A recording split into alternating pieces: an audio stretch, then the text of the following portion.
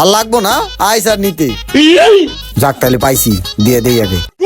নাইলে আবার কইতে কই যায় নামটা জানো কি আব্দুর রহিম ও পাইছি এই যে ওই কাকা এলো হাই হাই এটা কি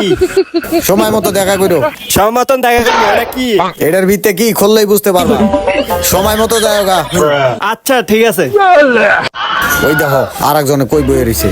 ও লিস্টে তো হেও আছে যাই এই ভিতরে কইছিলাম বুঝিস না নামটা জানি কি নয়ন পাইছি বন্ধু বন্ধু এলো এটা আবার কি দিলি শুভ হালখাতা কি রে